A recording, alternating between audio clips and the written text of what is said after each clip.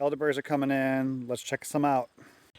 I'm running around doing a little bit of harvesting, and just want to show you how big these Bob Gordons are. Look at the size of these fruit. They feel more like small grapes than elderberries.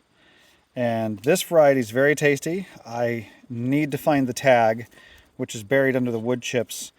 But it looks to me like the super drought that we're in right now caused some of the berries to be immature and some to actually die off before they fully ripen. But look at how much darker they are. Bob Gordon seems to get dark purple. These look immature to me, but they're already falling off. You can see them falling off just as I handle them. So, I mean, gosh, if they're falling off, it seems like they're right to me. But look how much darker these are. These are almost black, and they taste sweeter. In my experience, Bob Gordon just doesn't get this dark and doesn't get this sweet, but that's okay. This is the plant with the really sweet dark berries. Some of this looks like disease. Some of this looks to me like it could be drought related. And I'll identify this one when I get a chance. Here's some more Bob Gordons doing their signature droop. This variety is very popular because it makes a single crop of humongous, easy to pick berries. These are a little darker than the other ones. Let's see what they taste like.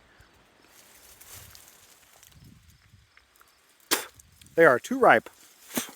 They are starting to ferment. So I guess we harvest Bob Gordon when it's still purple. That's funny. But look at this. That's amazing. I'm just going to go ahead and harvest a few of these because they're all going to drop and the fermented ones will float in water. Oh my gosh, this is great. I just noticed this. This aronia, or chokeberry, put out, look at that. Wow, what is that? Very interesting insect. Never seen that one before. Who are you? This aronia, how about you go over there? This aronia over here, I had no idea this had fruit. But there's a few, so I'm going to pick them. I'm going to go put these in the high tunnel so I can plant these. And here is that York plant. They're a little darker. They look very similar to Bob Gordon, but the plants have a little bit of difference to them. Boink. By no means is this definitive, but this is York and this is Bob Gordon. Yorks are probably 10 to 20% smaller, but they're still very generous.